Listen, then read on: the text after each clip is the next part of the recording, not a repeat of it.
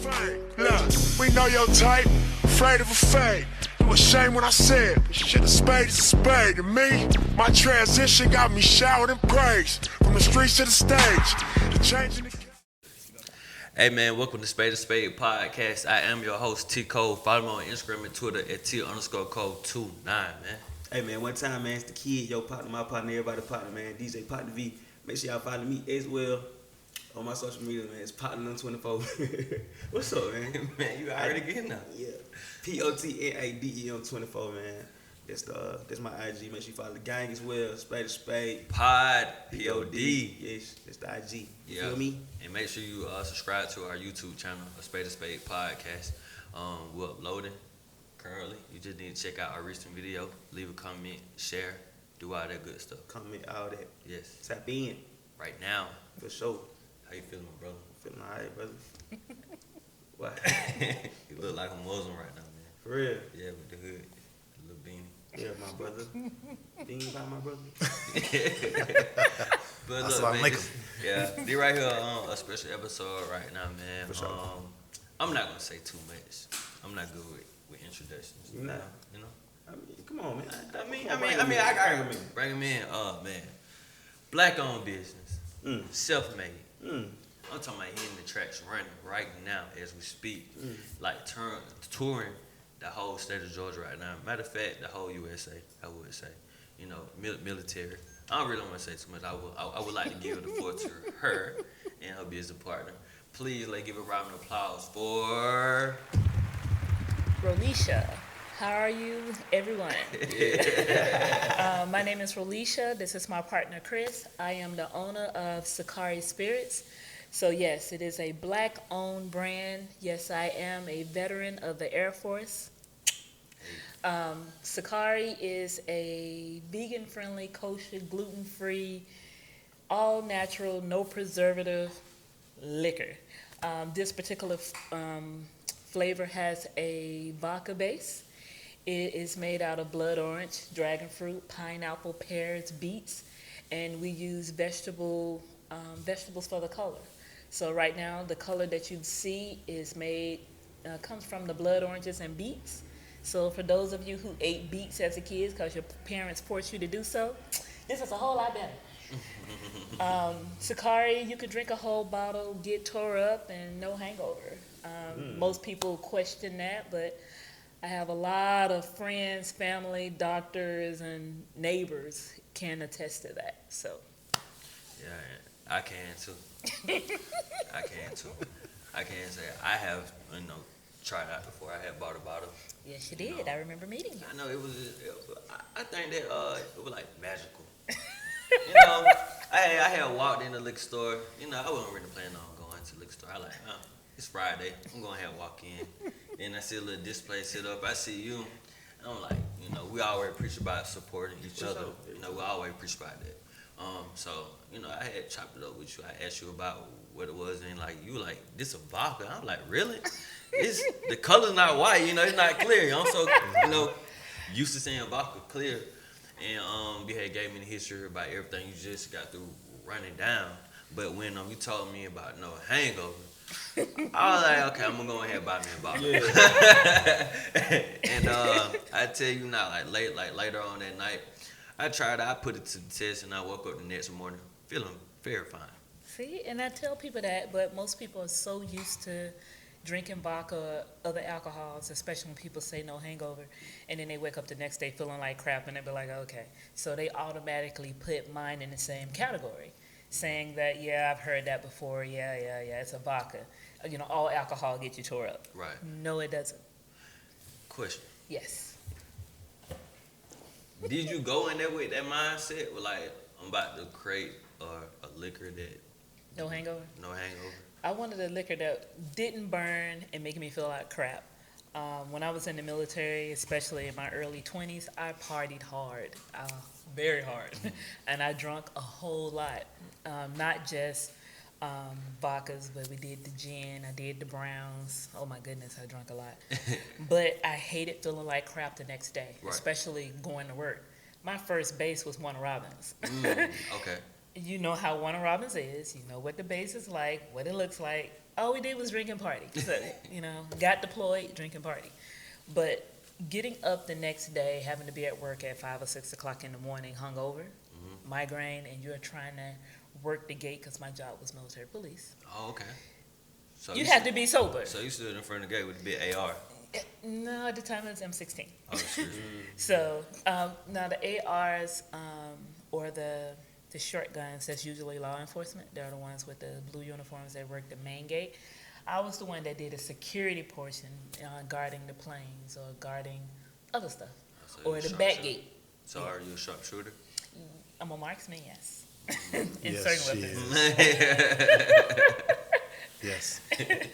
Only in certain weapons. I know. We've been to the range. With so. that M16, she is deadly.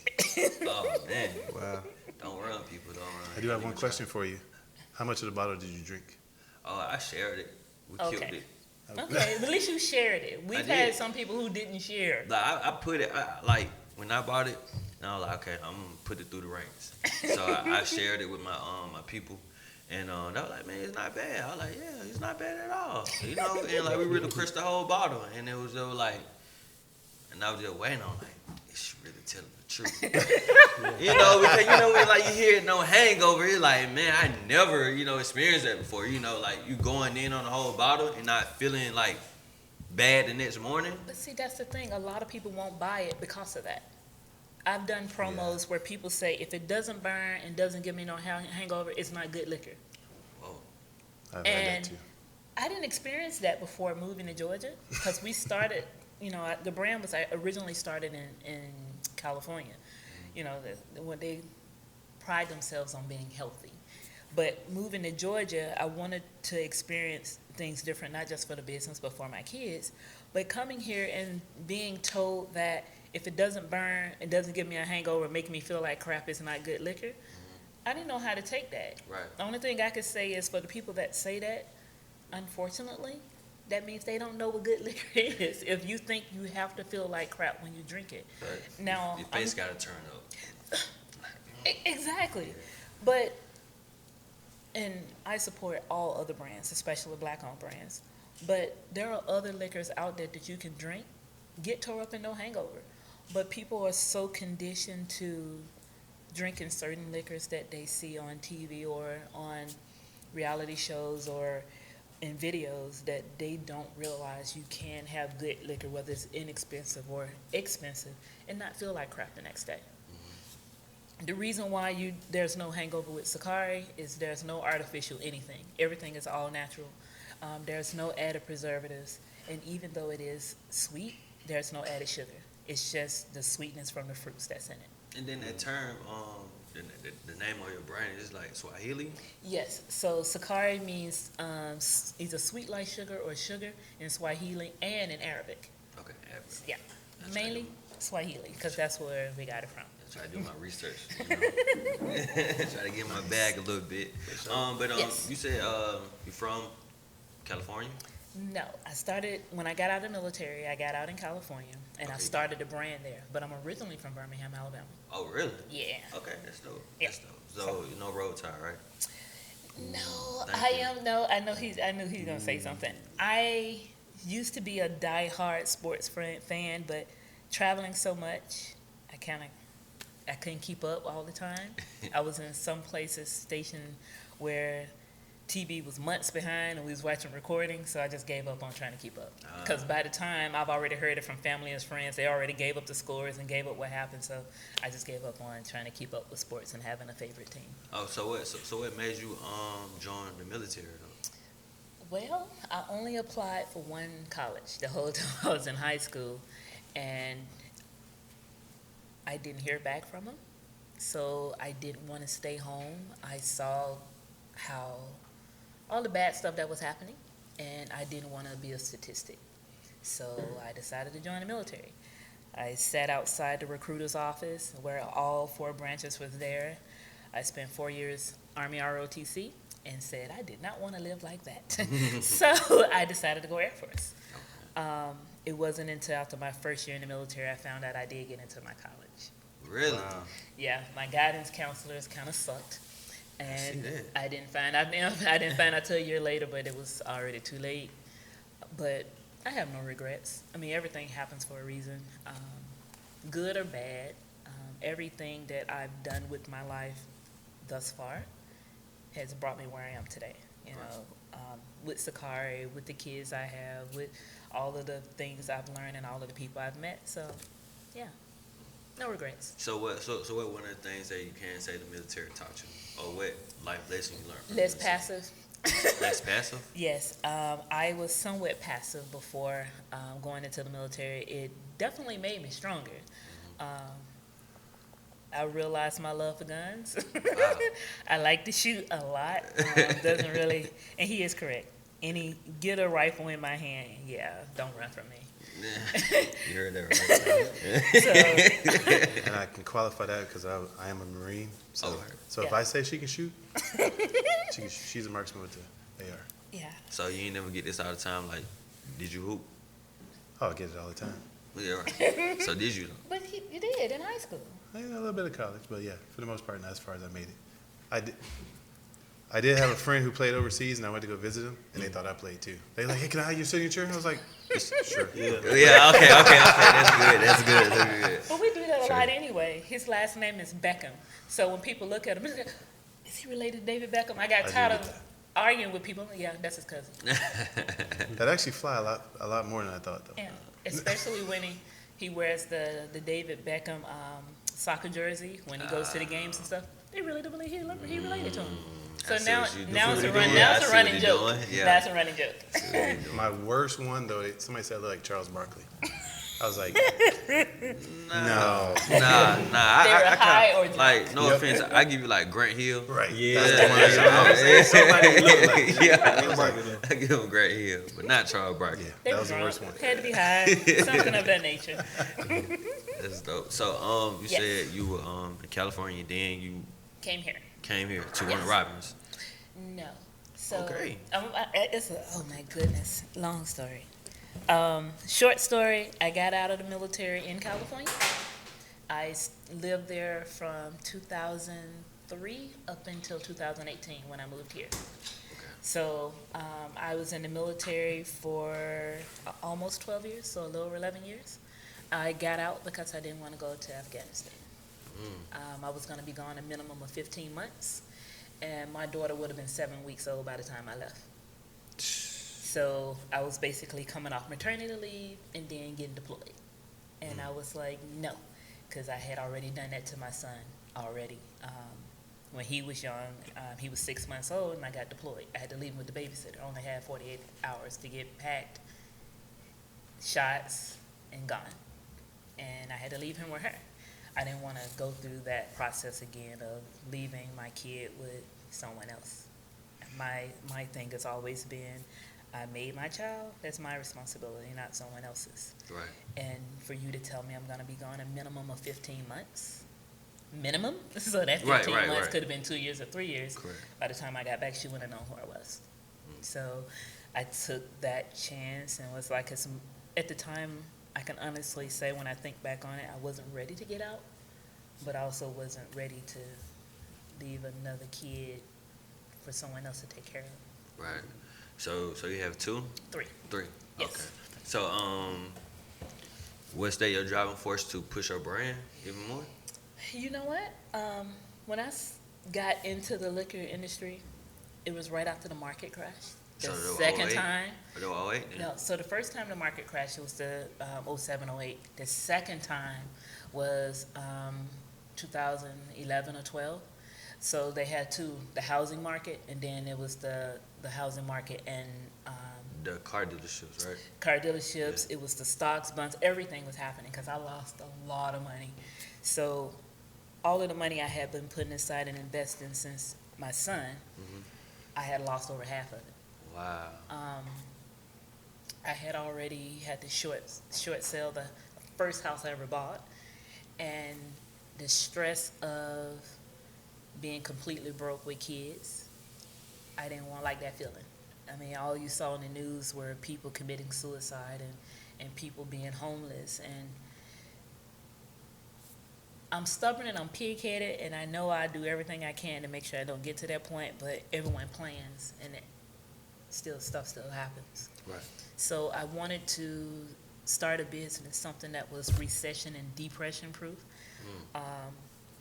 The three things that never gonna go away is gambling, retail, and people drinking. Okay. Gambling wasn't gonna happen because I only like to gamble when I go to Vegas. I go there for the buffets. I'm greedy. I like to eat. And the American Indians have that on lock.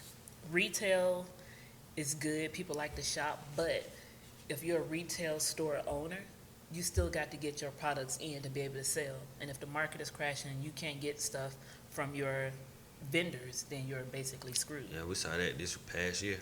Exactly. So the only other thing was liquor business.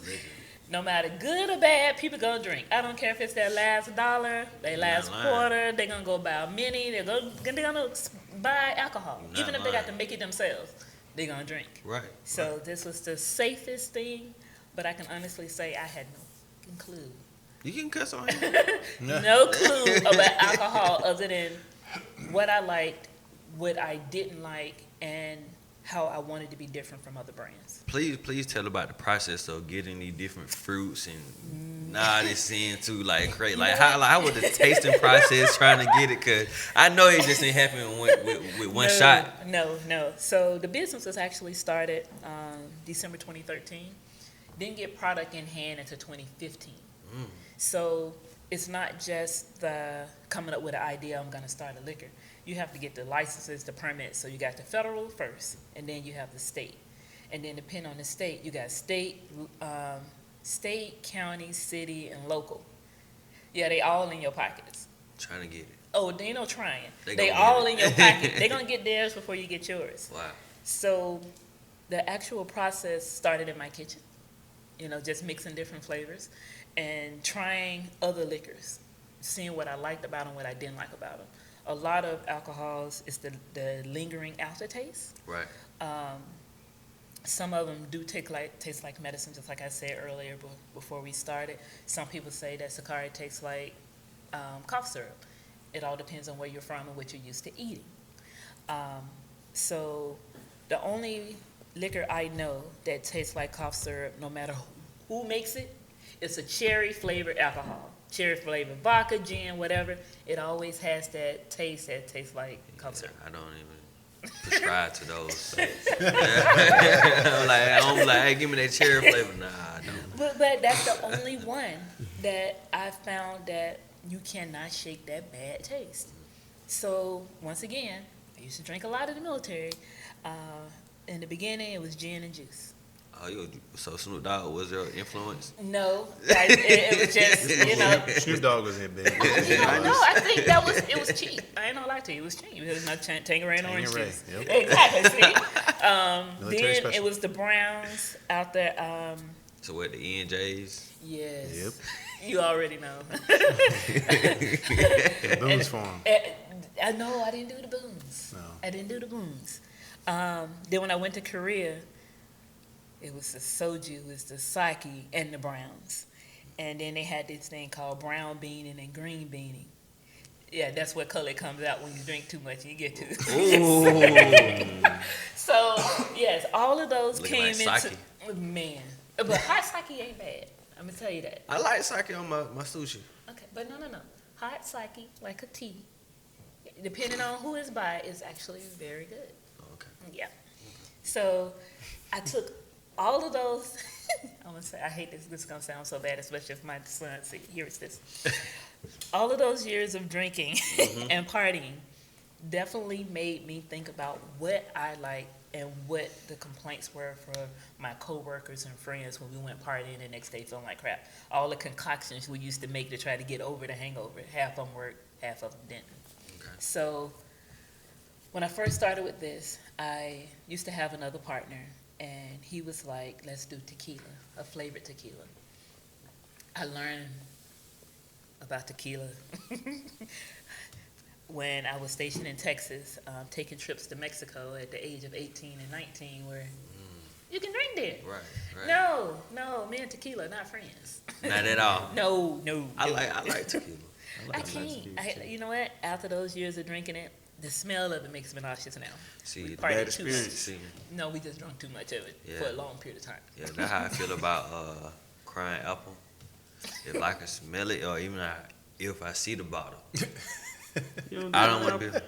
When the last time I drank crying apple?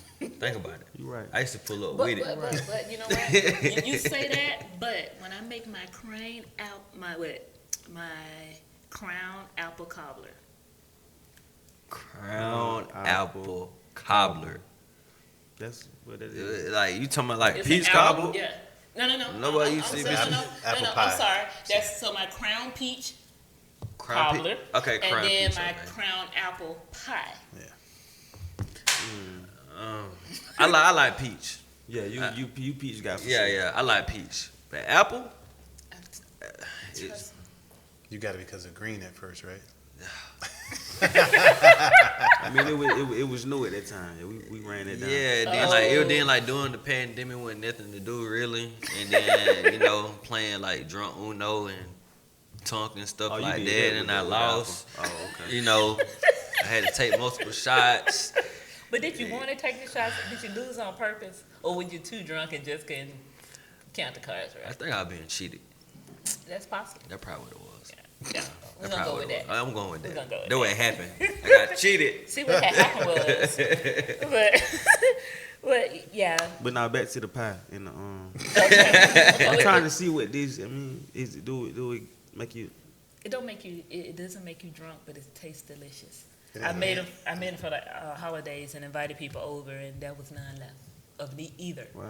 Yeah. It Okay. enhanced the flavor of the apples. Yeah. Okay. Brings it out a little bit more. But it ain't made to get you No. tore up. No, just made make you want to lick the pan though. That's what they Okay. was doing. Man. It made them lick the pan, so I guess that was a good thing. All right. Okay. You gotta try that. All right. You gotta try We're it. gonna put you to test. Okay. We're gonna put you to test. Okay. This is what I was Hey, doing. look, we're gonna be served. We're gonna be served on the podcast For sure. right now. But even with Sukari, I make gummies. Not the gummies you buy and soak in liquor. I actually make the gummies. I cook it, put them in molds, put them in the fridge, and have the little gummies that's like Haribo's.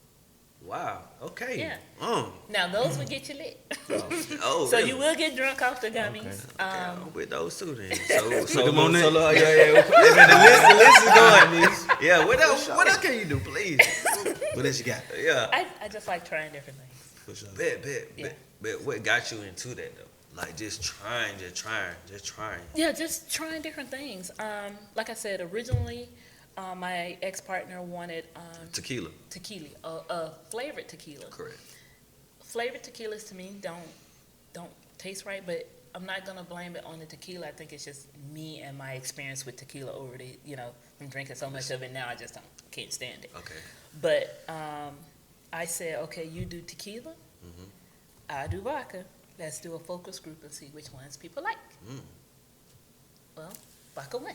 I see. So vodka. Yes. Vodka. Like Why I chose vodka? yeah, I like vodka. Like I look at vodka like I think of Russians. Russians love vodka. Okay, so And then it's just like I don't go like, hey, let me pick this vodka up. Like where's like I don't know no good vodka other than your brand. wheat vodka's a good vodka. Wheat? Vodka made from wheat. Okay. It's a good vodka. So there's Polish vodka, there's Russian vodka, there's vodka made in Czechoslovakia. But most people know vodka as being Russian. They tie it to the Russians. But you'll be surprised. When I lived in Germany, I drank Polish vodka. I've had Russian vodka. I've had good Russian vodka. I've had bad Russian vodka. I've been to the distilleries, one distillery in Poland that makes theirs, and they make it out of wheat, and they actually have the grain inside the bottle, and they number it and tell you what production it was. Great vodka. Yeah, no hangover, no anything. So it's just all depends on price. Also the quality. Yes, and most people think that, and I know a lot of people gonna be mad for me saying this, but I'm gonna say it anyway. Call a spade. Just because it's expensive doesn't make it quality alcohol. Just because it's 50, 60, 70, 80, 100 and some dollars doesn't make it quality alcohol. Sometimes it is. Sometimes it's just great marketing for you to buy it in order to make money. So it's just your opinion of the alcohol, how it tastes to you, how it makes you feel, whether or not you feel that it's worth that money. And I tell people all the time that Sukari isn't for everyone. You may not like the price, you may not like the taste. I know it's not for everyone, but for the people that like it, it's for them. So what made you already come with that mindset? Hey, this is not for everyone. Cause I know I have a business. You proved that. You proved that in the earlier part of the conversation. You like tequila. I don't anymore because of my experience. Right. Some people aren't gonna like Sukari because they don't like vodka. But I'm saying like when like you starting a business, you want everyone to like it. That's like the first mindset. I might be wrong. Yeah, am I wrong? A little wrong on the alcohols. There's way too many alcohols to think everybody's gonna like the same one. And that's the reason why. Okay.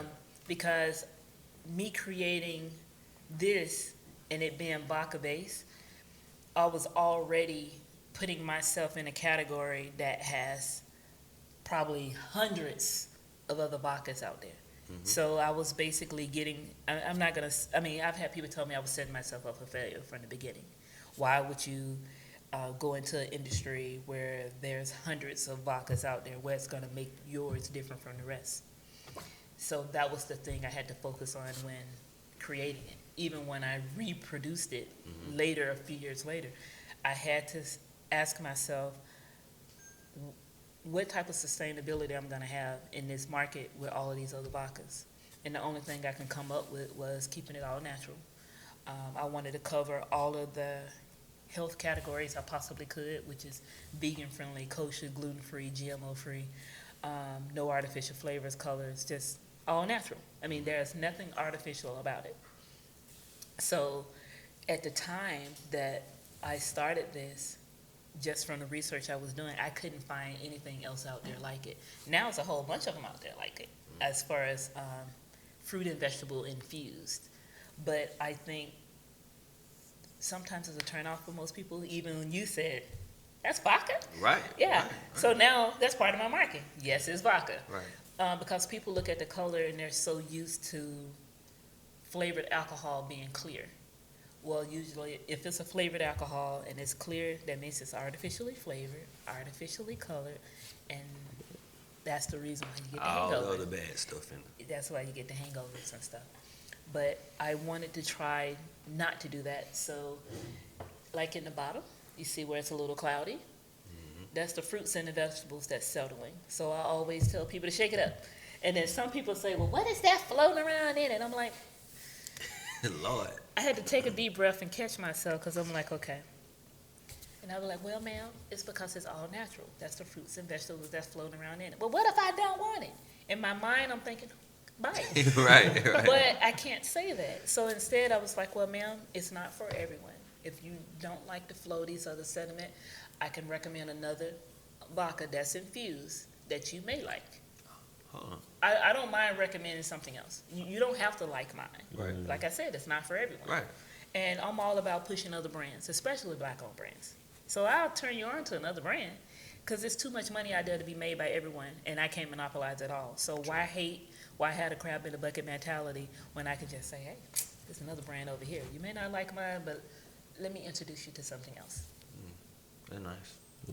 That's all. Like, Hey, listen, so everybody at the table done tasted it except for me, so I don't, I want to see what I y'all let him talking do the about. pour. All right, cool.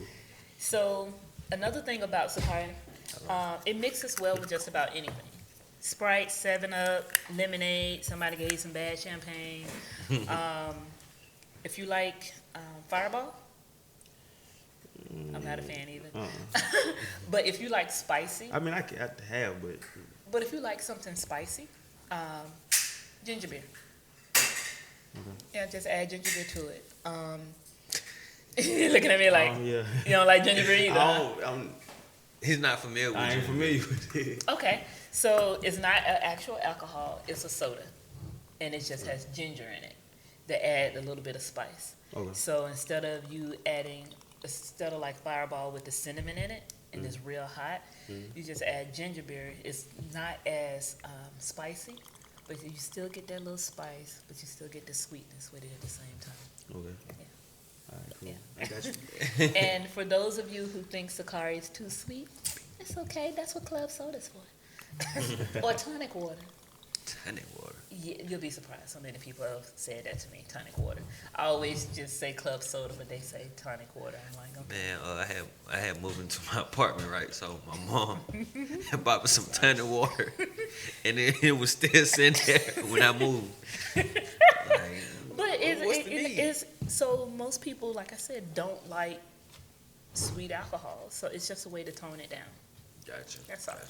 So we're gonna take this shot. Wait a minute now. So before you take the shot, first you're gonna smell it, then you're gonna taste it, Okay. and then you're gonna have to try some with ice. That's mine. If I like it, yeah, I put ice in I Yeah. pour some in ice. So when you try it with ice, well, since he already poured some in it, we'll just pour from that. Yep. It tastes like a totally different alcohol. So you basically get 2 alcohols in one bottle. it. Okay. Go ahead. Y'all win. Y'all ain't gonna take it with Okay, me. okay, we'll try it. Spade. Yes. Got it? Boop.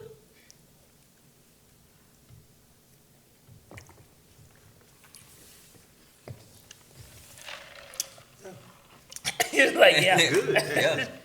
Told you. So try it with ice. You try it, Oh, ice? I'm trying with ice.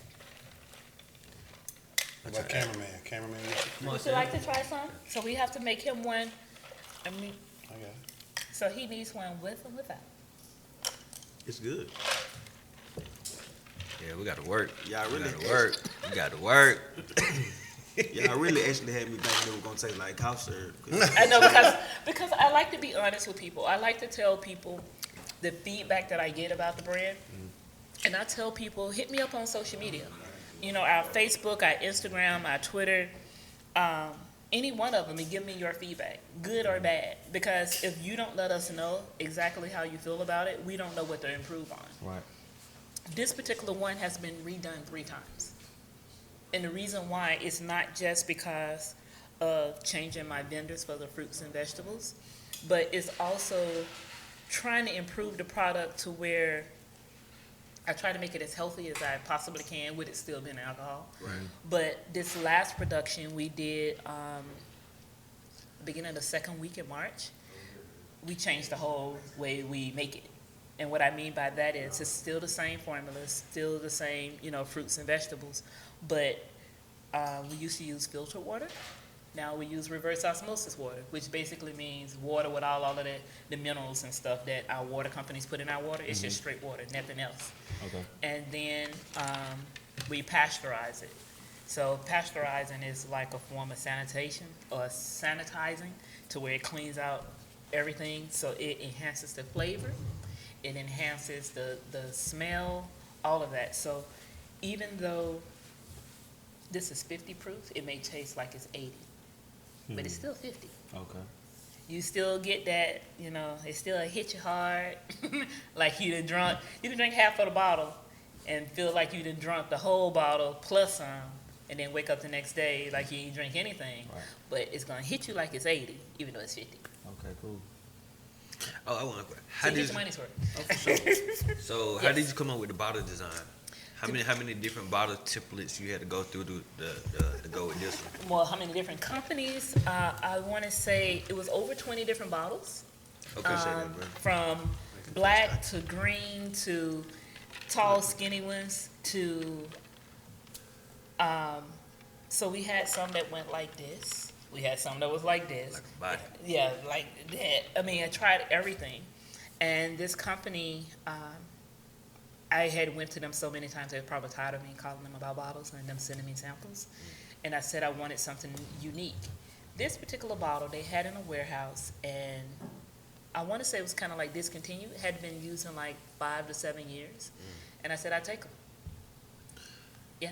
So my feeling is like it kind of reminds me like a champagne bottle. Like the way that you got the cork in Yes. there, you pop the cork. It just seemed more, fancier than just like a twist off top. And that's what I didn't want. I wanted, most vodkas, they do have twist off top. There aren't too many with. That sounds like a vet. For sure. See? There aren't too many that have corks, but for this type of bottle and this type of design, I couldn't see me having a twist top. I felt that the cork would be the best thing for it. I mean, from the cutout to the gold to even when you touch it, you can feel it. I was like, I will take away from the sexiness of the bottle by putting a screw on it. Yes. So going with a gold cork and matching the gold cork with the text on the bottle, I was like, that's the way to go. So you're gonna use that bottle and describe it how you normally describe it. Okay, so I know what you're talking about. Mm-hmm. So people always ask me about the bottle, what's the significance of it? Okay. So I always say, this bottle right here, people, this bottle right here. Think of your lady, your girlfriend, your wife, your side piece, or whatever. Think about your lady. You think about her curves. Think about when you rub her and feel her. Feel the bottle. Feel the text on the back. So you got her curves right here. You got all of her perfections and imperfections, which is the text that you feel in the gold. Mm-hmm. And then you have this gold up here. So Okay. from her head, which is her crown, to her curves all the way down, Mm-hmm. this is her. From the shape to the flavor that's inside, that is her. From the time you kiss her lips and rub her body and everything about her, this is her. That's her. From the gold, which represents the wrinkleness, and the curves that represent her body, this is her. And what's the name? Sukari. Okay then. That's it, people. Y'all better get it. Y'all better get it right now. Because even if you don't like it, men, because you think it's too sweet, that doesn't mean your lady ain't gonna like it. For sure. So if you don't buy it for you, buy it for her. Exactly. You can't lose. No, you can. At Yeah, all. it's actually good. And you can always contact me. You can inbox me, Instagram me, Facebook me, and I can tell you what cocktails to make out of it. Personally, you don't need anything with it. It's a ready-to-drink alcohol, so all you need to do is add ice or put the whole bottle in the freezer. So what? So Yes. Wow. So what's your goals is for like this year, dealing with the brand? Well, we are coming out with a peach whiskey sour. I leave for the distillery next week, and I will be making our peach whiskey sour. So I will be there all next week, making it, packaging in it, and hopefully shipping it next Friday. So you going with the same? No. So it's So your whole it's totally that whiskey. different. Yes. So flavored again. So it's a peach infused rye whiskey, and with a homemade sweet and sour. So same thing, kosher, vegan friendly, gluten free. Drink a whole 4-pack, get tore up and no hangover. 4-pack cans. Yes. So how many you trying to have on your team? You know what? Like what's the goal?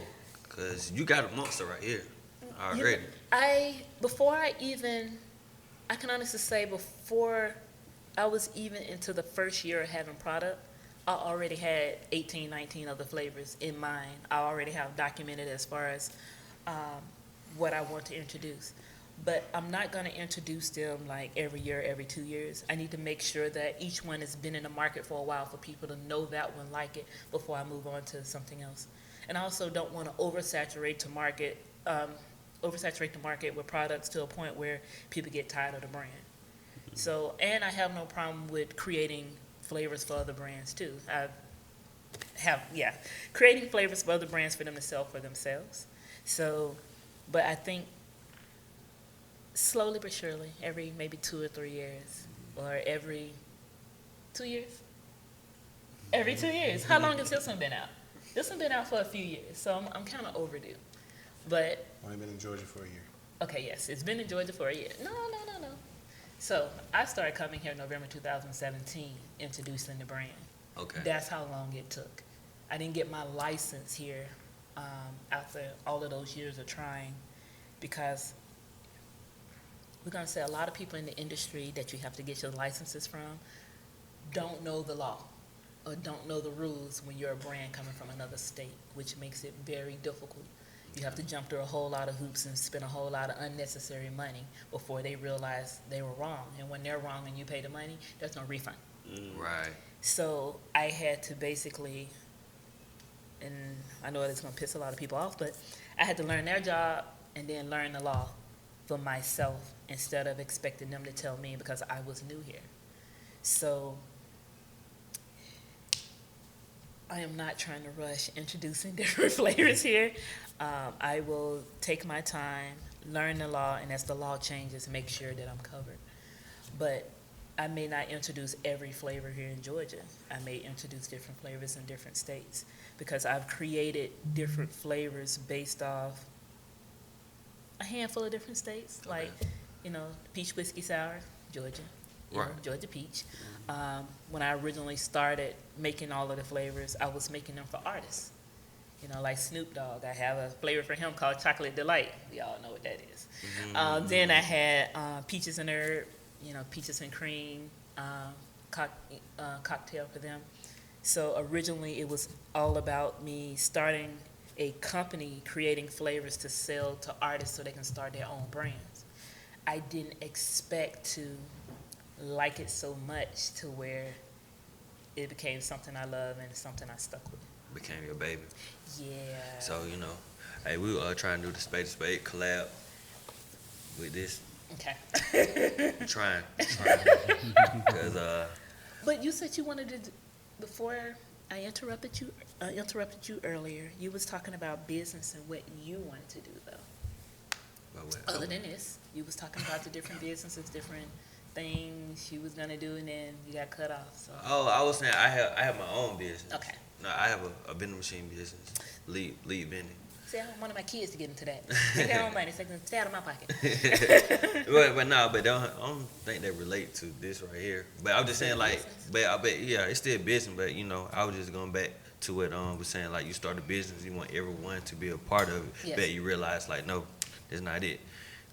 Everybody got their own different palette, so Yes. you can't be worried about everybody. You got to worry can't. about your own niche. Yeah. And that's just with the podcast, like the podcast, me and my friend. We just got to worry about the people that support us. And what are the different hurdles you have to deal with in this business other than getting the permits, the license, and things like that? Black owned.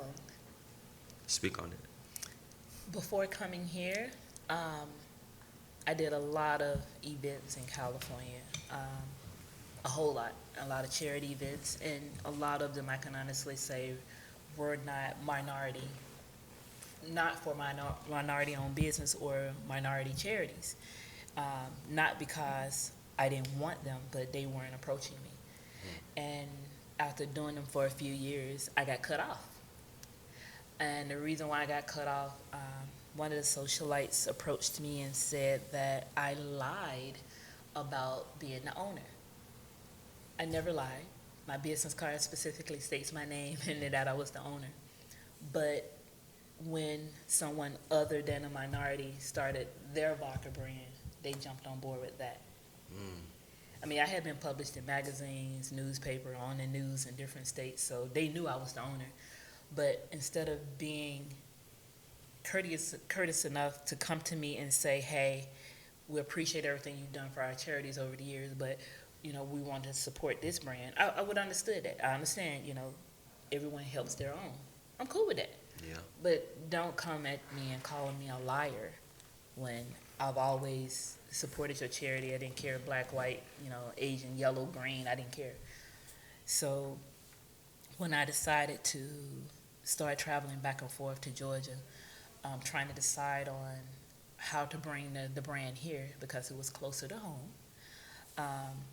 Most people say that Atlanta is the black Mecca, perfect place to come and start a business. Right. I never ate into that because I knew how hard it had been since I had been coming here, even before moving here.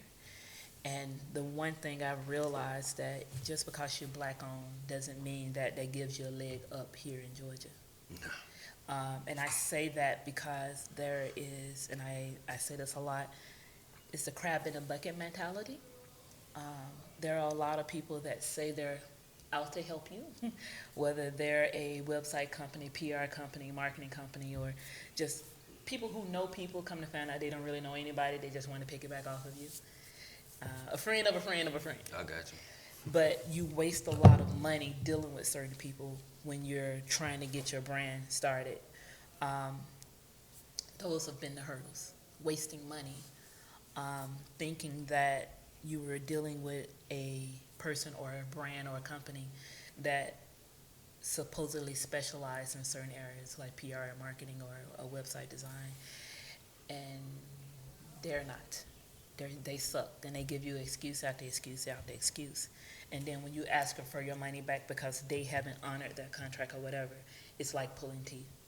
So the hurdles are dealing with fake, I'm gonna call them fake businesses. And the other hurdle is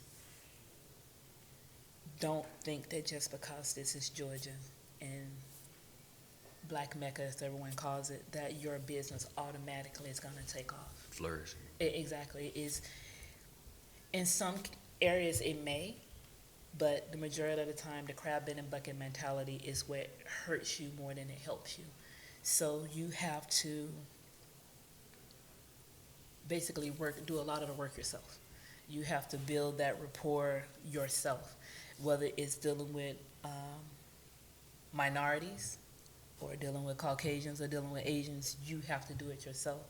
And it gets to a point where it's sad to where we have to have a face for our company, our brand, that's non-minority, just to get our foot in the door or to get people to recognize it. I constantly tell people on a regular basis that Black-owned does not mean less quality, or does not mean free, does not mean discount, does not mean that it's not as good as any non-minority product. Another thing that aggravates me is don't tell me I need to lower my price when there's another brand out there that's the same price as mine and it tastes like jet fuel. Right. But you're going to tell me I need to lower my price to sell it. Or rubbing alcohol. Thank you. So I've put too much time, too much effort. When I say blood, sweat, and tears, I done cried many nights about how much money I done put into it. Basically clean out my savings because banks don't give us money. Right. Don't matter what your credit scores are. Your credit scores can be in the 700s. It can be in the 800s. Good luck with that. So I've used my own money for my brand. Have no business loan, have no business debt because I've used my own money because I've tried to get money from the banks. Don't qualify. Yeah. Those are the hurdles. But as long as you believe in what you're doing, your business, your brand, or whatever, don't let anybody tell you what you can and cannot do. Don't let that stop you from doing what you want to do. Because eventually, all of the hard work will pay out. I tell myself that on a regular basis, even when I'm crying. I know that, I know that I have a great brand. May not be for everyone, but I know it's a great brand. I know that my packaging is good. I wouldn't have put it out there if I didn't think it was. And I know what I put in the bottle is good because it wasn't just about my taste and profit. Exactly. So if it was about profit, I wouldn't be doing this. I wouldn't be doing this at all. Because after I told you, the federal, the state, the city, the county, and everybody take their money, is people don't realize that you're really making cents or barely making $1.50. But this is what I love. And people that do what they love, they really don't take that into consideration. Or they don't think about it or don't care. But I've been hit numerous times trying to get in a store and they tell me, oh, your price is too high. I know how much you pay for your bottle. I know how much you pay for the alcohol. You should be selling it for $10 or you can sell it to me for $15.99. Do you really know how much I pay for it? Because last time I checked, I was this color. And last time I checked, you were other than me. So whatever discounts you may get, I don't get that. I don't. Whatever credit you may get extended, I don't get that. It's come out of my savings, my retirement, my 401k IRA, whatever. So don't tell me you know how much this costs me. You don't know how much time I lose with my kids. You don't know how many hours I put into this. You don't know how many hours I drive or how many times I go home hoarse or tired from talking to people all day about my product and get rejected sometimes, weeks back to back. And then it's only the handful that will take a chance on me. They'll look past the fact of what color I am. Right. They'll look past the fact that, okay, it doesn't look like vodka. So those are the hurdles. Those are the different things that not only myself but other Black-owned businesses go through, whether it's a vodka brand, whether it's a clothing brand, cosmetic, or whatever. We all have our hurdles. It's just a matter of how we, I guess, dodge or maneuver around those hurdles. Or use them. Exactly. Because those times you're talking about you being rejected, and Yes. then the ones that you went to that gave you good energy that Yes. made you appreciate it more. Exactly. And those are the ones I work the hardest for. Those are the ones I do back-to-back promos for. Those are the ones I advertise and say, hey, these are the ones that supported us. So how were the one that I met you at? How did that go? You know what? At first, they didn't act like they was gonna take us on, but they did, and they are real cool guys. They Okay. really are. All right. I think that's my second promo there. Which store? Hilltop. Hilltop. Hilltop. Oh, Yes. here in Macon. Oh, Yes. nice. Yes. Fun guys, funny. They were very supportive.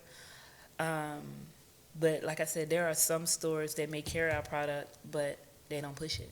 You been to Macon Beverage Outlet on Yes. Log Cabin? Yes, we have. Yeah. We're not in that one. We're not in that one. We've been rejected from that one. Really? Okay. All right. All right. Okay. But you know what I'm talking about. but I tell people once again, it's okay.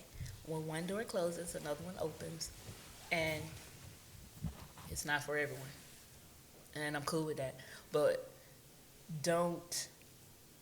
I guess the biggest issue for me, and he has to, tone me down because I be ready.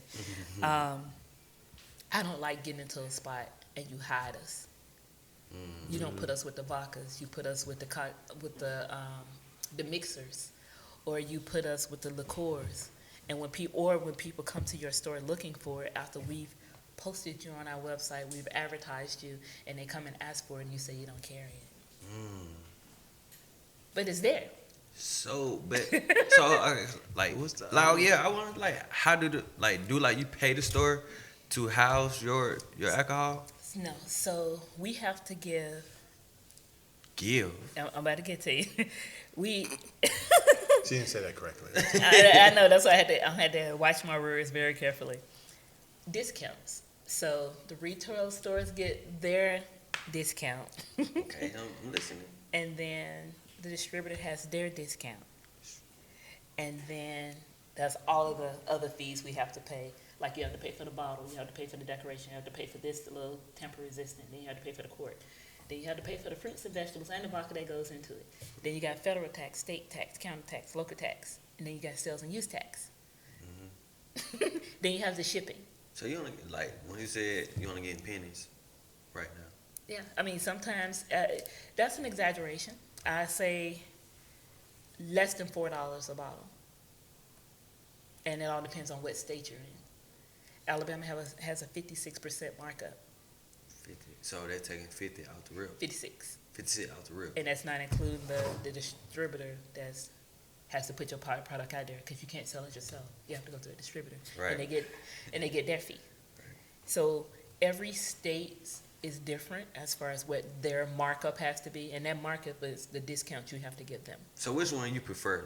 I want to know which state you prefer. Is it Georgia or is it Alabama? Too early to tell. Yes, Georgia so far has been decent to us. So. Yeah, Georgia is one of those states that most brands. I know other brands that aren't in Georgia because of how difficult it is to get into the state or get licensed in the state. So it's a matter of choosing states that taxes aren't as high on alcohol, like I said, or the markup isn't as high. I was told that Oregon has a 107% markup. Okay. Are you making any money? No, that means the alcohol is going to be fucking expensive. Just like in Alabama, it's expensive, so a lot of people cross the border and come to Georgia to buy it and take it back. You know how we used to buy the fireworks in Florida? Yeah. Yep. So depending on the markup in the state and how expensive it is, a brand can make no money and break even, but you still got your brand in other states that kind of balance it out. I'm not at that point where I can have another state or another will be. product. Praying on that every day. So it's just a matter, because he's getting on me now about the peach whiskey sour. Talking about, we ain't gonna make no money. We're gonna be in the negative. You being negative on that? No, he's Calm not down. being negative. He's actually did the numbers. Gotcha. And once again, people don't take into account the production cost to make a product. So, like I said, when it comes to those products that are marked really high, if you look at the way that the bottle looks or the packaging looks, and it doesn't look like they spent a lot of money, or if you taste it and it doesn't, or if you check the back of the bottle and see where it's made, and it's the same as other distilleries, it's a 50-50 chance it's the same liquor, just different marketing for it. I ain't even think about looking at that. Yeah, different price, different marketing, same liquor. Gotcha. Yeah, so when you think about it, it's a lot of distilleries out there, and a lot of people gonna be mad at me for this too, that make the same alcohol, and people buy it and sell it under their own name. What is it? I can't tell you that one. They're not really in trouble. But, people do that. I mean, that's how the game is played. I mean, you can start your own liquor brand too. You can find a distillery or a winery, ask them for their base liquor, and slap your name on it. Oh, okay. Well, it's the same with Walmart and Sam's, right? Yeah. There's been articles like, Right. hey, it's Hennessy, but it's Sam's, it's Members Mark. right? Members Mark, I yeah. don't know if that's the right one, but A great value or something Yeah. like that. yeah, Yeah. but it's a name brand underneath. Yeah, I seen some Cornflakes. yeah, like Rice Yeah. Krispies, and I seen some Okay, for sure. crispy Okay. rice. yeah, same thing. Same. When you look up who owns it, it's the same. Yeah, same one. You Same- can cuss. same- I just hope you know I- that. you know what? I'm trying, no. I'm trying to get out of the potty mouth because I don't want my 4-year-old repeating what I say. So I'm trying to get out of it. So It's fine, it's yeah, fine. I'm trying. But yeah, there's a lot of brands out there that are the same brand, just different marketing. Same as that brand. Huh? Same as that brand. Well, and that's the reason why I wanted this one to be different. That's the reason why I put forth the effort to make sure that I wasn't just using a vodka that was already out there and just adding fruits and vegetables to it. That's why I like my distillery. I am considered a private label, so mine is actually everything is made. Costs a little bit more money, Right. but if I want my niche to be that I am different from other brands, I have to put forth that extra effort. I have to put forth that extra money, but also that extra time in the lab trying to make sure that mine is distinct from anything else that's out there. Because if mine is the same as everything else, I'm gonna fail. I'm not gonna last in the market because there are so many other vodkas out there. Right. Yeah, so I try hard to be different. Yeah, but- you doing it because like sure. if the liquor store or the beverage store do the right thing and put in the vodka, it's like we're going through the vodka aisle and we see this right here, we're gonna like double back. Like, For sure. you sure y'all got this in the right Yeah, spot? because people be asking me, that's a cognac? Why is it brown? And I'll be looking at them, I'm like, okay, is something wrong with my eyes today? Because I swear that is not brown. It's That not is brown. red. I thought it was brown. Yeah, they say it's brown. It's not. Nah, I thought like grapefruit. Yeah. They give me the grapefruit. Yeah. It's a dark red or, or a cloudy red. Yeah. Yeah. Yeah, man. I think the next production I'm gonna make it a little bit darker, a little bit like a red wine. That's how it was before. So for those of you who have already contacted me telling me that it's not as dark as the last production, you are correct. Part of the reason why we changed the filtration process, when we changed the whole process. So the pasteurization, that's another filtering. And then we filter it 6 times and distill it 6 times.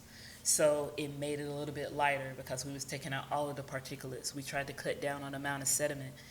But in the big giant tanks, it looked like it was still dark. It wasn't until we got the product that we realized it was like 2 shades lighter. But for those of you, it's just the color. The taste is still fabulous. But I know a lot of you are upset that it's not as dark as it used to be. So the next production, I will make it back the way it was. I just add a little bit more beats. But it kind of crazy that you have to like, why just say stuff like that, you know? And people just won't just appreciate the product itself. No. Like, oh, okay, I gotta make it back dark now for y'all because y'all been complaining. You know, Yeah. it's like, you know, it kind of, you know. No, I've had certain stores complain, even though to me the extra filtration and the pasteurization just, to me, I think it's better than any production I've ever done Right. of it. Some store owners use that as an excuse to say, well, I need a bigger discount. I already giving you a freaking big discount just so you'll carry it. Right. But they try to use that same thing with some of the people who buy it. Well, do I get a bigger discount? But they just with us though. No, I wouldn't say that. We're the majority, Majority. but we're not the only one.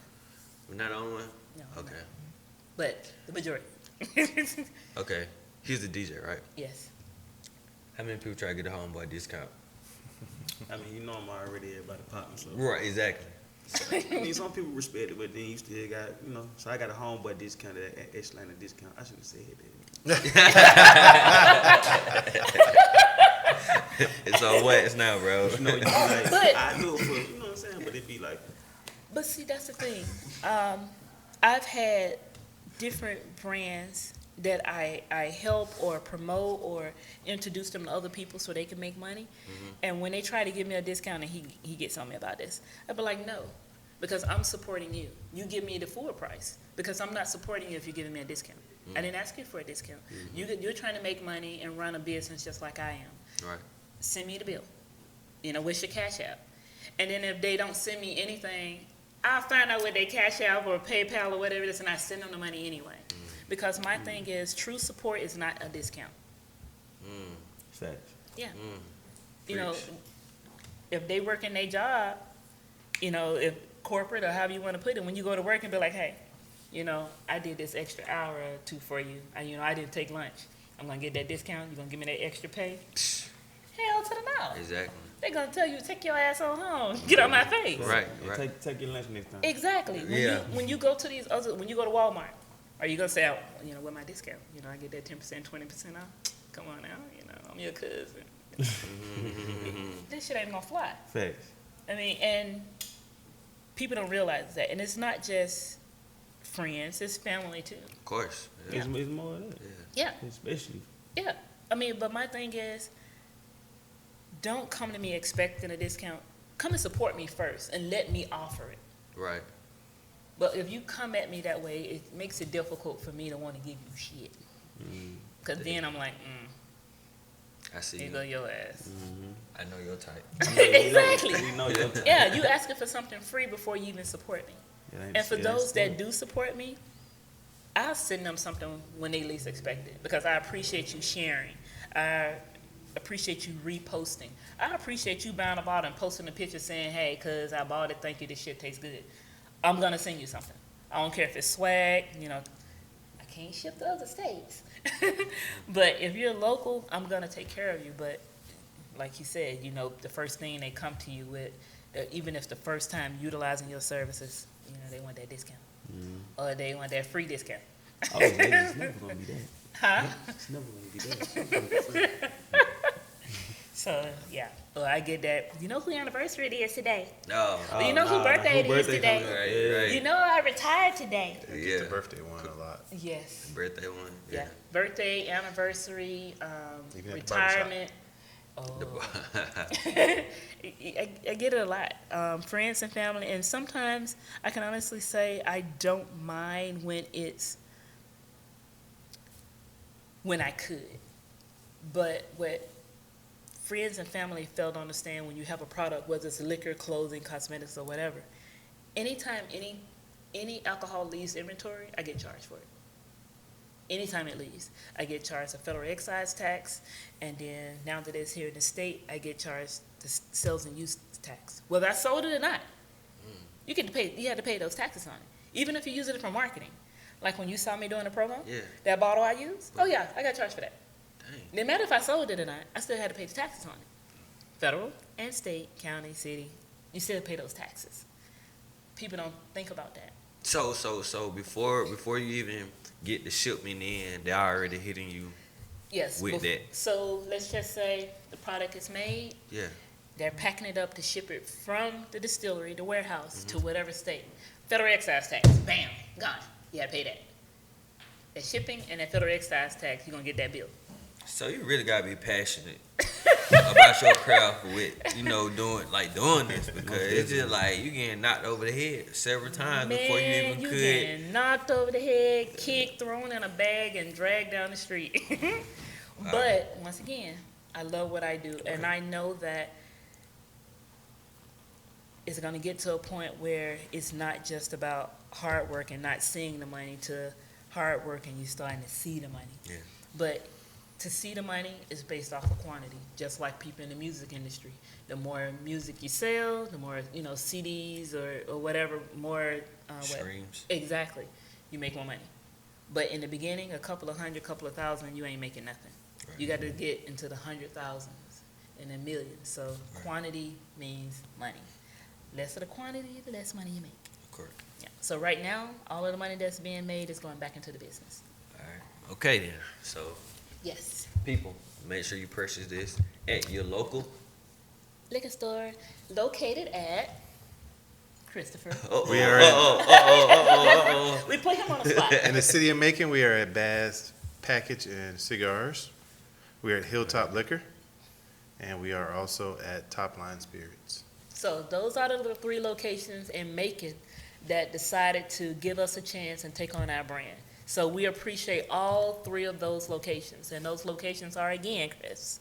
Bass Package and Cigars, Yes. Hilltop Liquor, And and Top Line Spirits. you hear that? Those are the 3 locations, people. Those are the 3 liquor stores here in Macon that was willing to take a chance with our brand and to take a chance on me. Gotcha. So Yes. I want to ask Go ahead. Mr. Grant Hill.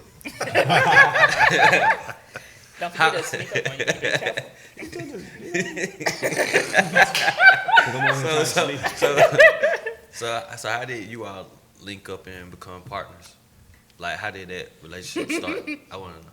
You want me to tell it or you want to tell it? You got the floor here. Well, the 4-year-old that she mentioned is our 4-year-old. Yes. Oh, okay. So that answers that question, right? Okay then. Oh, okay. Okay. Yeah, we've known each other for 16 years? Yes. Yes. We was in a relationship, have a kid together, and what better person to bring on board as my partner than someone I already know. Ain't going nowhere. At least for 18 years. Hey, You know, okay. and I trust him. I mean, my thing is, we don't have to be married, don't have to do a whole lot of things to not be business partners. And you need someone you can trust. And I trust him. He keeps me grounded.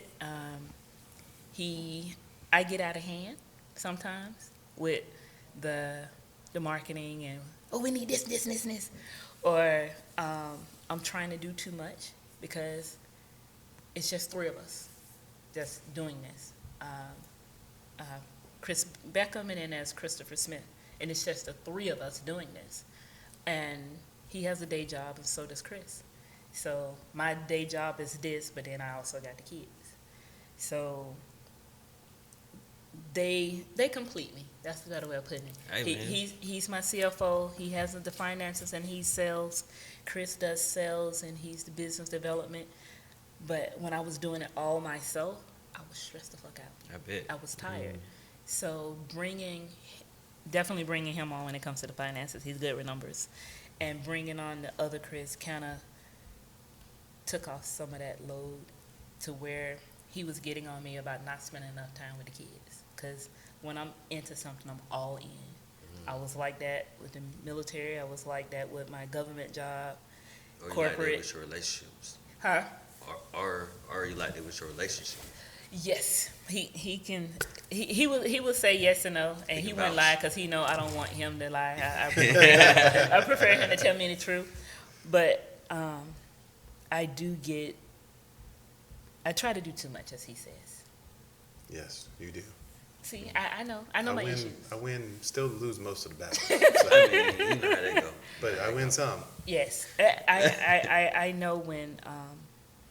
Yeah, they both get on me. They keep me grounded. Yeah, but like I said, no one better to have on board than someone that's been there all these years, someone that I trust, and definitely someone I have a kid with, because, hey, he ain't going nowhere. Forever, huh? Yeah, he stuck with me. He stuck with me. But it works out well. Even that, though, she can still bounce stuff off me. We may argue about it. Yeah. And once the decision is made, I do. we execute. I execute. Whether I like it or not, I'm going to execute it. So. But it pans out sometimes. Yes, it I know does. sometimes I'll be like, ping, ping, ping, ping, ping. But yeah, I have. But she has my back just as much as I have hers, too. So.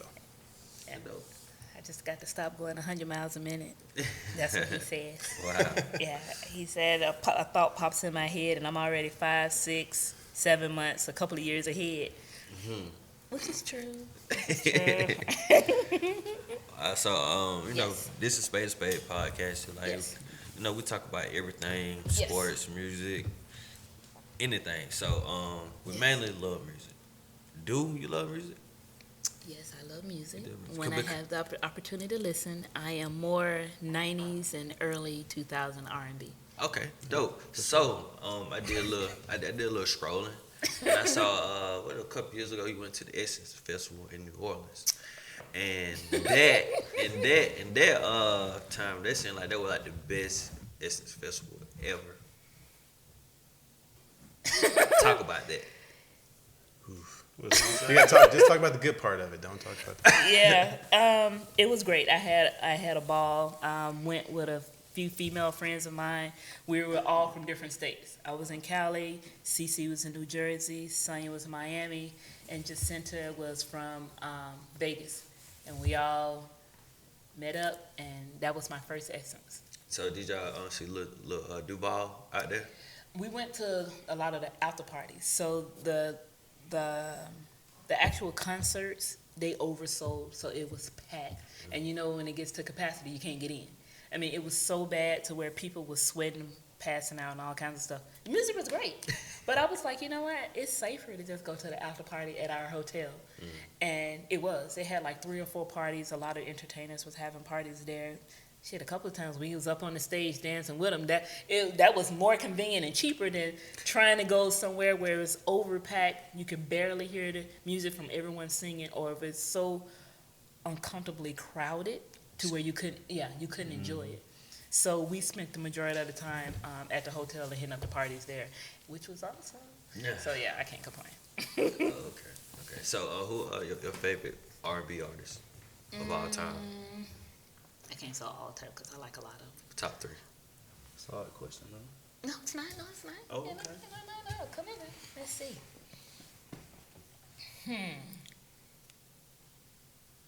I know my friend gonna hate me on this one because I be hating on them sometimes, but I did like Silk. I like them. Luther Vandross. You already know. Barry White. I like old stuff too. Mahalia Jackson. Yeah, I like the old stuff too. And I just went completely blank. Everybody's on her gonna name. cringe on this one though. R. Kelly. Word. Oh, you know That what? was up. You That know was what? up. No, just because R. Kelly did what he Can't did, take don't mean the music His wasn't music good. his music's They still stepping in the name of love. Yeah, his music is the bomb. I don't care. I don't care what nobody say. It's the music we like. He wrote for a whole lot of people, so people can't hate. I love the honesty. Because more people, they be like, oh, you sing R. Kelly. And still got 12 play. I do feel too. it's I overrated. still got all the CDs. I like Prince. I got all of his. Don't say that no more. I'm serious. I got Prince. about. I mean, even I got a lot of Michael Jackson stuff. He wrote for a lot of people. I love his music. I'm all over the place with music. I Really? mean, and I like a little country. Oh, word. Yes. Is that like the Alabama in you? No. It's not? I got into country when I went into the military. Dope. Yeah, you get into a lot of different music. House, I was stationed in Fort Dix, New Jersey. Yes, that's an Army base, but I spent a lot of time with Joint Forces. So I got into house music there. I got into country in Texas. Yes, I know how to line dance. You got the boots and the No, spurs no, on no, it. no. I ain't got the boots. I don't have the boots. Those are uncomfortable. But yeah, line dance, and I do like some country music. A lot of people don't realize that a lot of country music came from R&B and pop. And rock too. Exactly. You know, that like just saying like Elvis just stole our whole style and everything. Well, that's how it was back then anyway. Straight All up. of our music that came out was repurposed for that side, but it was our music first, but that's not how history shows it. But Never. yeah, I like a little bit of everything. I don't discriminate from music. I've lived and traveled all over the world, so I like a lot of everything. Asian music, you'd be surprised I don't understand what the hell they saying, but the beat and the sound is wonderful. But I think that goes back. I think that goes back to when we was like inside of our mothers. Yeah. Our heartbeat, hearing the heartbeat. That beat, That yep. beat, and then, just like you say, you don't understand what they saying, but Yeah. hey, It's that beat. yeah. Our 4-year-old's the same thing. It's the same thing with her. She is music. I don't care what type of music it is. She hears a beat. She could be somewhere playing. She comes running.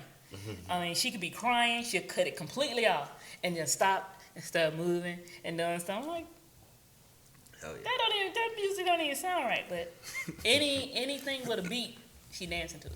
Yeah, that how my nephew was. He was little, he was a little baby, and there was Power. You know the show on Yeah. Stars, Power. He could be crying, anything. That theme music come on, he's stopping.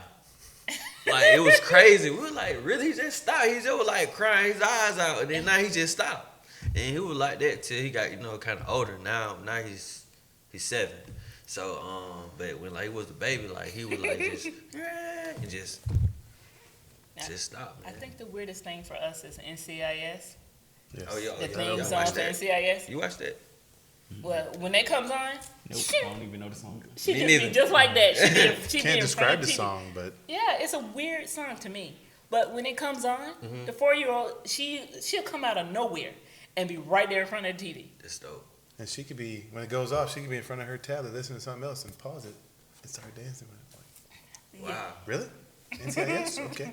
Amazing, Weird. man. She get that Amazing. She caught that high. So what's your taste in music? R&B. R&B. You Like like sit- rap too? Like, of course, but I grew up in Detroit, so I don't like house music though. Even though I grew up in Detroit, I'm not a house music fan too much. I listen to some. You from 8 Mile? I know about the beat. 8 miles of dividing line from the suburbs to the city. So you on the west side or the east side? I'm on the west side. So Strathmore and What'd you do? Some research? No, Seriously. all right. That's the street I used to live on. Boy, I don't think you ain't do that Spade research. Spade You ain't know that. podcast. I do this. You just I do this. I he, do he this. ain't know that. He just knew about Detroit. How you do that? How I you do do that? this, man. Hey, Hey, follow me on Instagram and Twitter at T_culture. You see the face? Yeah, I'm like, I did some research. Nobody come up with that street. I still got friends live on that street though. Word. People I grew up with. lucky guess. That was up. Nice. I'm like, wow. The question Good is, job. how do you like being in the liquor industry? All right, he asked me that question. No, I'm asking you She's that. asking you Yeah. now. Yeah. She took I've over. never asked him. It's fun. It's I don't think fun. I've ever asked him that, to be perfectly honest. Hey, It's fun, but at going into large liquor stores, it definitely gets intimidating because that thing is huge and there's all types of liquor in there, right? Not just vodka, but everything. It's like how are they gonna find us in this big old store, Right. or say big ass store? yeah. But when you do get the owners that are willing to take you on and want to talk to you about it, then you get calmed down and be like, all right, cool. They work with us. Like I just visited a store in Griffin. It's like, I haven't seen you in a while. I thought you said we was going to do more tastings. I was like, yes, we had to do some stuff. But he was like, next week, come in, do them. What deal you have? I'm telling him what deal. He was like, yep, Friday or Saturday of next week, come in and do them.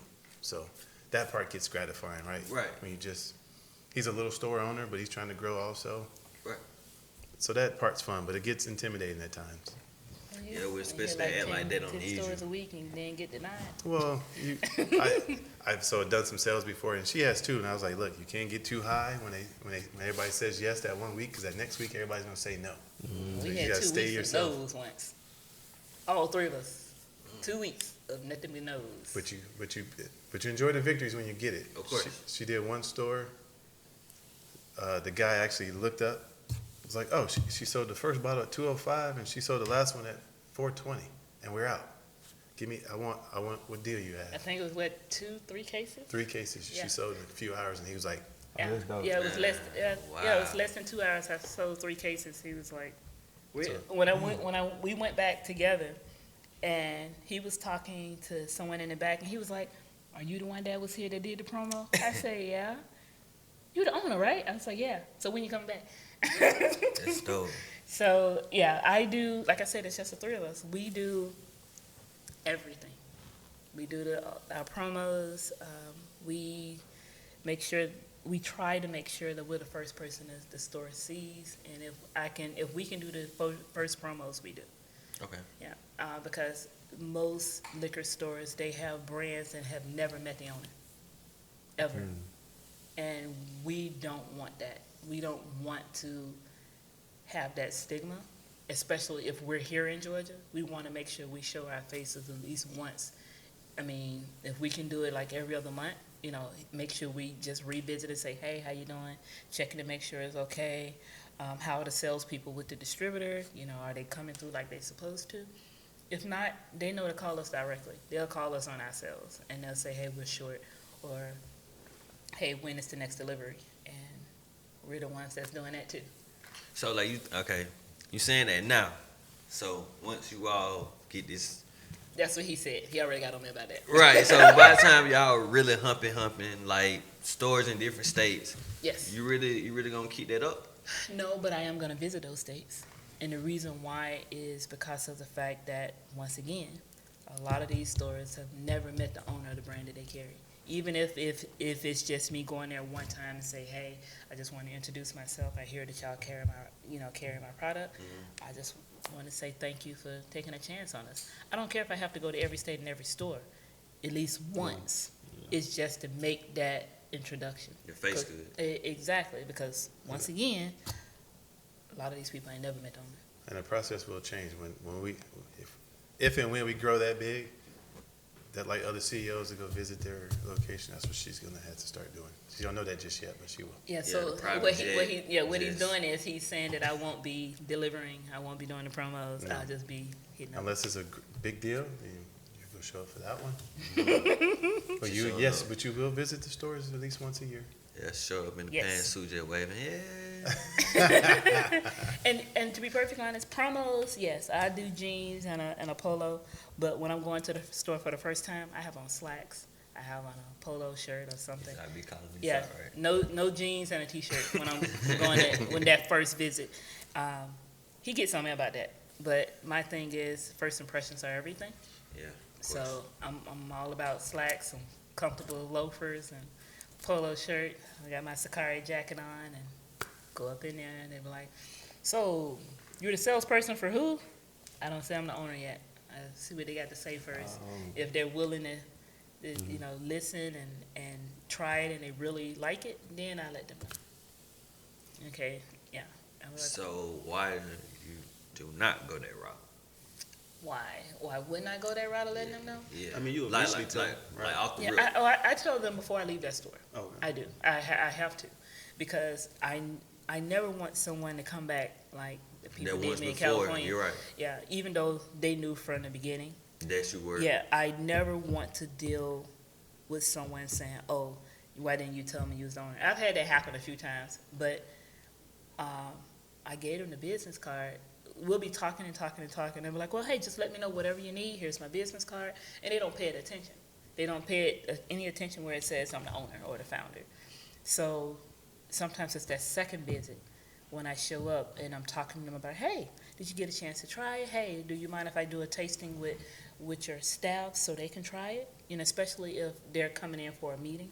I find out when they're going to have a meeting with the staff, especially when they're not working and they're going, I'll be like, "Hey, I would like to get them a shot smaller than this. legal size. And I was like, hey, let them try it because it's your staff that's going to help us sell the product. And if they don't like it, they're not going to be able to push it. So I'm a firm believer in saying, yes, I'm the owner, this is my product. I'm not just a salesperson dropping this off with you and expecting you to push something that's not mine. You know, I'm putting my everything into it. I'm not asking you to do the same, but if you like it, you can better talk about it. So, but I definitely try to make sure every store we get into, I let them know, or they'll let them know that I'm the owner, because sometimes I do forget when I'm doing promos. Even when she's doing promos, I forget to mention that it's black owned. and that she's the owner, because when she does, they buy it. Yeah, but I want people to try I mean, it that's probably the first. reason why I bought it. But I want people to try it first. I'm a firm believer in try before you buy. I mean, I want you to support You me. want to test drive a car before you buy it, right? And that's why I say try before you buy. And I want people to buy it not because it's black owned, but because it's something you like. I don't want to just sit on yourself. Nah, I feel like we gotta use whatever thing we gotta use to Yeah, make this that's sale. what him and my partner says. You gotta use that term or whatever. Use it. It's a marketing term right now. Take advantage of it. Yeah. I just have to remember it. I do be slacking. I'm not gonna lie. I slack on letting people know that it's mine. Because at the day it'd be like a bang, bang, bang. It black owned, black operated, and then it tastes good. A great product. So it's just like check, check, check, check. I'm just saying, like. And I'm a veteran. Yeah, Like, just sharpshooter. I covered all 4 boxes. All of that. Yeah. So, and I have to remember that too. I forget that too. The 4 categories: woman, minority, service connected, disabled, veteran-owned company. There you go. Yeah. So. Yeah. See, you get all the perks. Not No, yet. wait. No. I know what you mean. No, I know what you mean. Not yet. I'm working on it. So for you to get all the perks, Yeah. you have to be certified. It used to be a self-certification where you can check those boxes because I do fall in those categories. Right. But so many people abuse the system to where now you have to get certified, and that's not cheap. You have to, you have to pay for everything. But yeah, so to actually be able to claim, regardless of whether or not you see it, and I got proof of it, you have to be. You have to be certified woman, minority, service connected, disabled, veteran owned company to qualify for the benefits. Okay. I got you. Cause like with that, dude, like you still get a little 10% off at the liquor stores and stuff like that. The look on your face like no. Here in the state of Georgia, a lot of places do not give discounts to veterans. If they do, it's 5%. I've even had a store say, theirs is 2%. So you're looking from 2, 5, 10. Now there is a black-owned restaurant in Kennesaw, Forks and Flavors. He gives what, 20%? Yeah, he did 20%. He's also retired. Yeah, Army. and black-owned business, retired Army, and he carries all black-owned brands. He has a whole 2 shelves dedicated to black-owned liquors. He has other ones, but his goal is to support as well. He's actually having a Sunday Fun Day on June 6th where other black businesses come in and, show off their products. He shut down his kitchen so, black-owned food trucks and whatever can come and sell their products. So, Forks and Flavors, Kennesaw people. But he supports us, and I say us, me, Les Vines, which is a wine, Red Hazel Whiskey, Greenwood Whiskey. These are all black-owned brands that are here in Georgia that most people don't even know about. And they're great brands because we always have to go that extra step. Right. We always have to be better than everyone else. We can't just come out with a bullshit-ass product because people are going to expect black products to be less quality. And they're not. Right. Because we have to go that extra mile, that extra 10 miles to make sure that our product is on point. Because they're always going to try to find a way to discredit it. Yep. So, black-owned does not mean free or lesser quality. Black-owned means support, buy, take a chance. So, yeah. For sure. Exactly. But I appreciate y'all for having us on. And I know Chris was like, where you going? I said, about an hour and some away. on a Monday? And my thing was, y'all are here in Macon. A lot of people don't even know we have a product down here.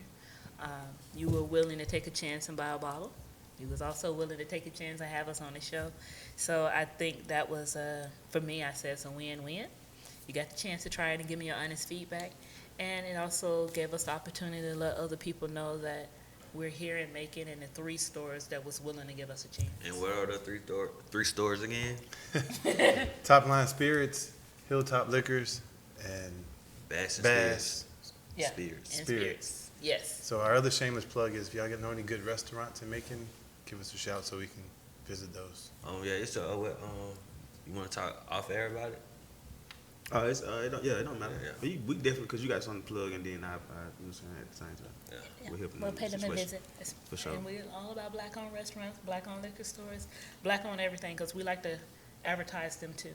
Because even on our website, when we mention all of the locations we're at, we actually have it on there, whether or not they're black-owned, veteran-owned, or woman-owned businesses. And just because it said woman doesn't matter if you're black, white, Asian, whatever. If you're a woman-owned business, we put it on there too, because we want people to not only support us, but women have a hard time in any industry as well. So we put it on there: black, veteran, or woman-owned business on our website. Gotcha. So is there anything else you all would like to plug in right now? Other than the other black-owned brands that we try to support, along with ours, I already mentioned Red Hazel Whiskey, black female-owned business. Lay Vines, it's a wine, red and white. Support her, she's coming out soon. Sonia, also a wine, black-owned. Greenwood Whiskey, great guys, black-owned as well. A lot of people already know about Plush, it's black-owned. And who else am I forgetting, Chris? It's a whole lot of black-owned brands. I can't remember. Those are the ones who. Those are part of the circle, though. Yeah, so. Part of the circle. People we deal with a lot. So, you're looking for a good whiskey, a spicy whiskey. That would be Red Hazel. If you're looking for just a good whiskey, that's Greenwood. It has a history behind that. So Yes. look up Greenwood whiskey. What it is, Ryan? What Brandon was talking about? What they call? What is it called? It's not Greenwood, is it? It might not be. Is it a They whiskey? haven't came as far Is it a south yet. cognac or? No, I was just saying the history of Greenwood. Yeah. Yes, it's that's from just the Oklahoma. history behind it all. It's not just the It's kinda fact that like it tastes Tulsa. good. Yeah, Yep. yeah. So it's not Yeah. just the fact that it tastes good. It's the history behind the brand. Yeah. Yeah. Greenwood bottom. Greenwood bottom. Yeah. Greenwood bottom. Yes, man. Okay. Greenwood whiskey. Oh, yeah, I was thinking about liquor. No, for for sure. sure. The history of Greenwood. Yep. Yeah. That's where they started at, and they moved. Definitely. And they brought it out here. Yeah. So, yeah, like you said, the ones in our circle that we deal with on a regular basis, but we support a lot of black brands, not just liquor brands, but just black-owned businesses. Even this weekend, I invited a lot of women that I know, some in my circle, some, becoming part of my circle, where just women business owners. I invite them over to the house on Sunday, and I just want us to just eat and drink mimosas and talk about our businesses, where we want our business to go, and how we can help each other. Right. Because people don't realize, in order for us to grow as minorities, we have to help each other. It cannot be that crab in a bucket mentality. And we would get ahead a whole lot faster if we work together. True. So, I agree. Oh yeah. Before we wrap it up. yes. I saw that you had took a picture with Cole of Martin. That was at the, Cold. what's that, the Porsche or the Mercedes-Benz? It was one of those events. It was a fashion show. Once again, I told you I do a lot of charities. So a lot of events or charity events deal with a lot of entertainers. He is funny as hell. His other half was there. We let him try it. He liked it, and he took a picture with the bottle. And I have to remember to do that too. They get on me about that. I do a lot of events with entertainers, and I forget to have them take a picture with the bottle because I'm being pulled in so many directions. So I try to make sure I have one of them with me so they can do it. I don't have to be in all the photos. I've avoided Yes, that. you do. Yes, you do. I had avoided that for years. People did not realize I owned the brand because I avoided that for so many years. A lot of my friends and family thought that I worked for the company instead of me actually owning it. It wasn't until I got published in one of the magazines and they said that I owned it that the secret came out, and that was after 3 years. So, but is that's a strategy though? Cause like we kind of feel like we want to get that much support if they see the face of it. that is true, and it's sad that it has to be that way. But I have to be honest, and they know this. I had to bring on male partners because a lot of people in the industry don't want to deal with a woman. They sure as hell don't want to deal with a black woman. I would take meetings and they would ignore me, or they would talk down or talk at me. And then when I would come back at them with a nice, nasty, and a very professional way, they didn't like it. You like my product, but you don't want to deal with me. And that got old real quick because I would never bite my tongue, but I had to tone it down. So I would take, him or Chris, the other Chris, to a meeting, and I would be there, and they'd be like, "Oh, you're the beauty, so we know who the brains is. We know who the boss is." And they'll be talking to him. And I'd just be there, and then they'll pass me their business cards and stuff for me to put up, but they'll be talking to him the whole time. But when it gets to when they say the nuts and bolts of the situation, he'll be like, "Okay, now that we're, the other Chris, one time he was like, well, now that we're at that part of the conversation, let me turn you over to the boss, the founder, and let her tell you." And then they'll look at him, and then they'll look at me, and then once I open my mouth and get started, they're quick to grill me about the liquor industry. They're quick to grains and this and that. But when they realize I'm no dummy, I ain't go to school just to eat lunch and play. Right. I went to school to learn. I like to read. I like to research. I'm not going to go anywhere not knowing what I'm getting myself into. So if you're going to come at me, you got to make sure you know what you're talking about too. Gotcha. I be very professional. I'm not going to be ghetto fabulous.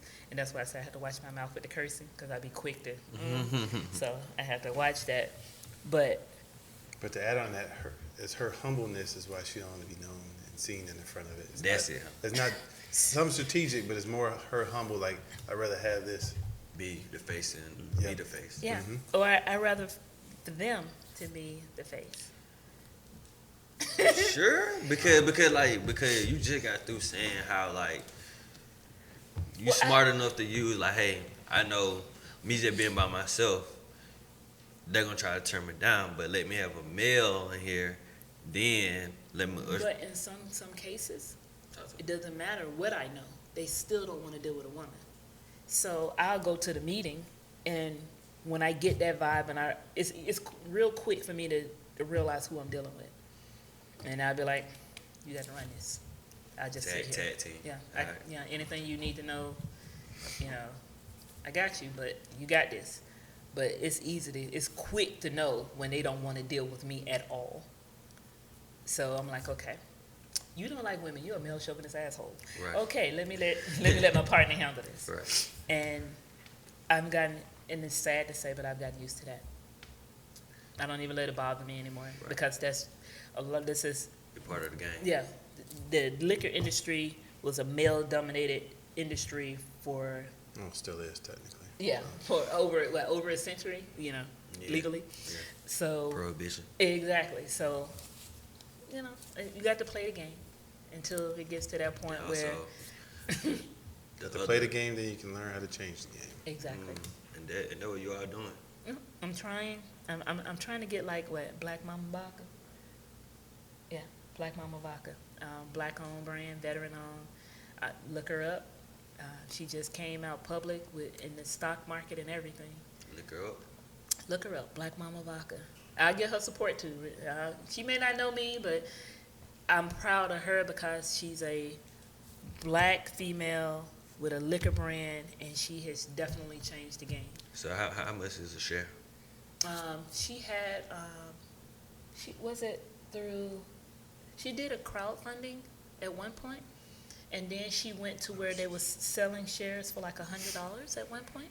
So I don't know what they are now, but during the pandemic, she did she was creating hand sanitizer out of vodka. Yeah, she was one of those companies that was making hand sanitizer and stuff like that. She has teas and open up stores. Yeah, I want to aspire to be at that level one day. She's an inspiration, so I can say that. You on the way. Yeah. We have to not only inspire others, but we have to strive to not feel like we're stuck at a particular level. Right. And Gotcha. my thing is, if she can do it and other brands can do it, we can do it too.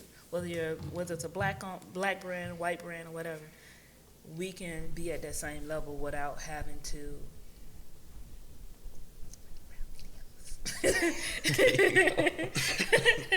Okay.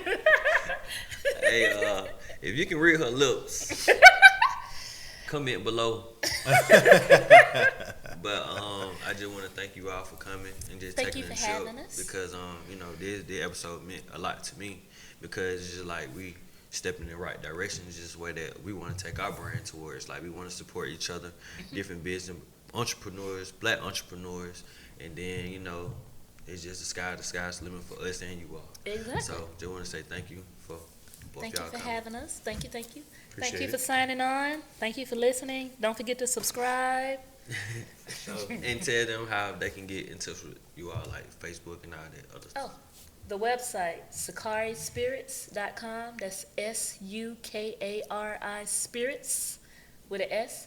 The Facebook is Sukari Spirits, and the Instagram is Sukari Spirits as well. DM me, inbox me, Facebook message me, any questions you may have. Or if you don't want to go to the website and click on the little sandwich to find out what stores, I would gladly send you a spreadsheet of the locations. You'll be surprised how many people don't want to She go real reply. there. Yes, I Me and do. her been going back and forth to try to set up this. Really, like it kind of got scared. She's like, "Oh, I'm gonna be busy till August." I was like, "Oh Lord, we gotta find something." No, that's why I let you know what days I know I would, because it's the summer is coming, so it's getting hectic. All the weekends are promos right now. Yeah. Friday, Saturday, and then I got to go make new product next week. Right. So I was like, let me try to get in now because I don't want something else to come up and then I don't get a chance to do it. Yeah. And the last thing I wanted you to think is I was trying to blow you off, because that wasn't it. Nah, it's all good. It's all good. Hey man, once again, this is Spade Podcast. I am your host T-Cole. Follow me on Instagram and Twitter at T_code29. Hey man, one time man, it's the kid, your partner, my partner, everybody partner, DJ partner me. Well, I was there funny. I'm sorry. It's just all good. You finna laugh anyway. Follow my IG, Partner24. It's POTNADEM24, man. Make sure you follow the game too, man. Spade. Pod. POD, yeah, man. We follow back. Follow them, Sukari. I said it right then? Yeah. Okay, cool. But I was trying to Yeah. pronounce it. I just threw it out there. You have people call it Sakura, Sakari, Sakaki, all kinds of stuff. Yeah, straight It's up. all good. I had to go to YouTube. It's definitely good. You could have just went to Google, type it in, it would have told you how I to tried pronounce to. it. I didn't see the little speaker box. I was looking for it. I was looking. Trust me, I was. I got to pronounce it correct. I wouldn't have been offended. I'm used to it. Even my first name, people jack up, so it's all good. Got you, hey man. Look, we know your type, afraid of a fade. It was shame when I said, shit, a spade is a spade. To me, my transition got me showered in praise. From the streets to the stage, the change in the